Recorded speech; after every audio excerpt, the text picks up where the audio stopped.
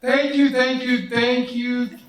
so much for having us. It's been an honor and a pleasure to be here today. Thank you for listening. Do you have any other questions for us? Someone has something important to say before we all leave, and then we have time for a couple of questions if you want to stick around. Hi guys, I've known these guys, both Will and Sean, for forever, and they, and it's taken a lot of courage to move out on their own, and I haven't moved out on my own yet, so I just admire their courage, and it takes planning, but it also takes courage, and that's instilled at an early age. So you gotta instill courage in your young people. So that's all I wanted to say. Steve, we appreciate that very much. What did you say, Will? We really appreciate that very much, Steve. I'm honored to know both of you for all that time. Even though Sean, as I said, he doesn't know how he puts up with me. Nobody does. True. Any questions? Anybody have any other further questions? Yes. I just have a comment. I don't really like the word disabled because I'm looking at you people up there and I don't see disability. I see wonderfully intelligent, articulate people, and I can only hope that all of my children grow up to be half of what you are. Any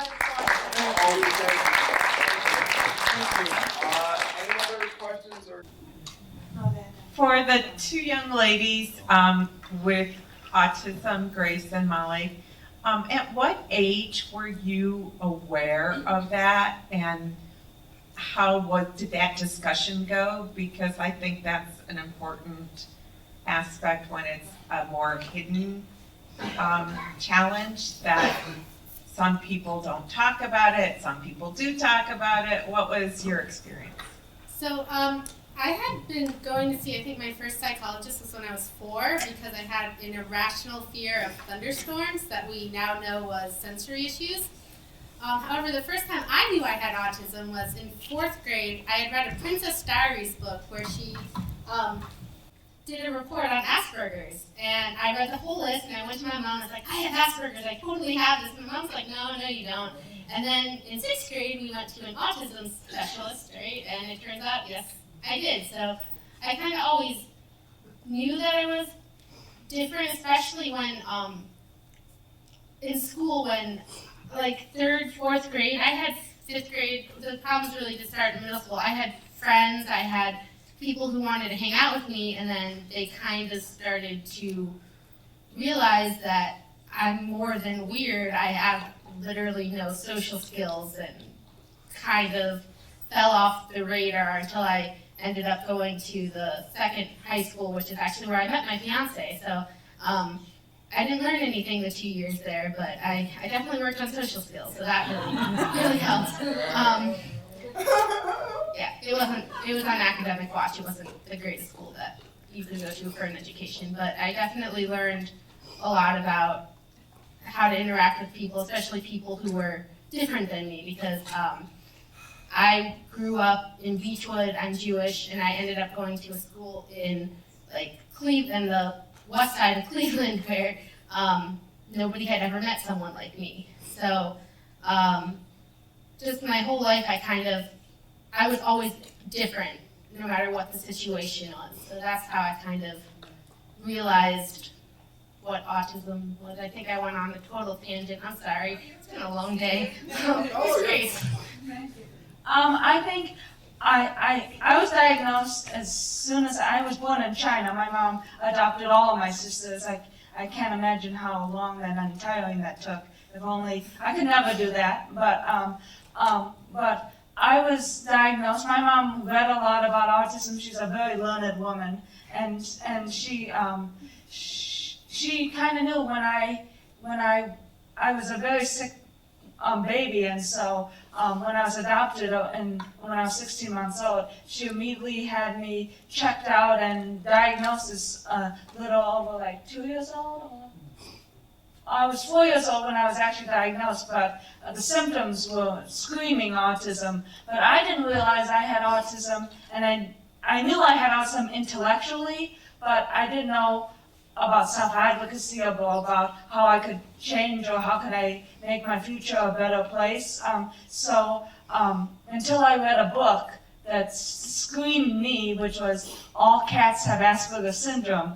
And I had a cat, Willie Nelson, because he's red-haired. You're your cat. I could say, I totally have those symptoms. And that was the aha moment. I don't think I've ever shared this with my mom, but I was thinking about your question, and I thought, I have more in common with cats than I do sometimes humans. And so at that time I was different, and going back to Molly, I was always aware that I was different from everyone. Even in high school, there was 600 kids, and it was mostly an African American school, and there was only like 2 Asians out of 600. So I definitely felt the need and the difference from that. But as far as social skills and that stuff, I definitely found the gap between social skills and other people. Yes. I just want to add one comment with that, because you say like some people tell children right away or they don't tell them. My philosophy was, because Grace was extremely involved when she was younger. This is a miracle person sitting here, I can tell you that. And I felt, this is my own personal philosophy, and I have no problem with people that think otherwise, but for me, it was a kindness to my child, for her to understand you think differently, you react differently, and for that reason, people will react to you differently. And there's nothing, it is not bad, it is not wrong, it is none of those things, it is different. And so I wanted her to understand when these things happen, that it's just because she thinks differently. That's all it really is. And we have to figure out then how you can try to learn what other people are thinking so you can begin to understand them and maybe try to react in a way that they can understand you. And so from 4 years old, by the time she entered school, I was already talking to her about it, and she knew it all along. And of course, we are going to all these specialists anyways. I wasn't going to try to make up a story about it because I would trip myself up, just so I'm not that tricky. So anyways, that I think helped also for her to know going in. So. No, it's okay. Grace had mentioned high school. I was going to ask her if she felt like she just fit in perfectly at Julie Billiard with the kids and the group of kids there, the population there. That's all. Just quickly, I think at Julie Billiard,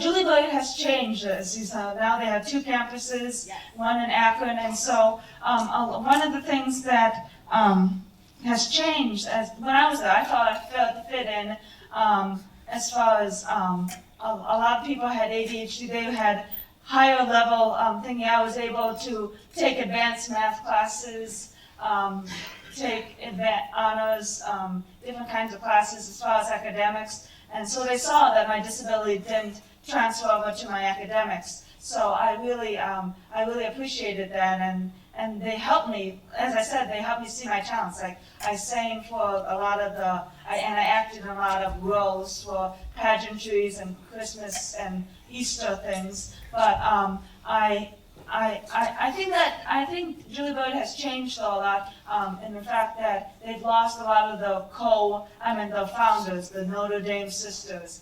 And so I don't think, and this is just my opinion, I don't think I would have functioned as well now if I went to Julie Billiard as at the time that I did. That's just my personal opinion, based on what I've seen change throughout the years. Nothing bad about Julie Billiard, it's just different. The parents and the kids, you guys on stage, you guys are awesome. Well, thank you. Parents, you guys, you've took time out your lives to make sure that your kids learn, understand about themselves, and understand about their spirits and their souls and everything else, right? And I thank you for doing that because it's inspiring me. Because I'm autistic too. I'm a high functioning Asperger's. Yeah. I don't know how you say it. Yeah, But, and it's very inspiring upon, you know, looking at individual people who have different types of autism, and just to speak out and just to explain what your lives are all about, and a lot of you guys have, you know, dang near top tier jobs and making more money than a lot of other people. So that's a beautiful thing, and I want you guys to keep going and keep on inspiring other people, because that's just freaking awesome. That's the only thing I'm gonna say. Thank you. Thank you for that. That sounds like a good grand finale comment. So, thank you very much, everybody.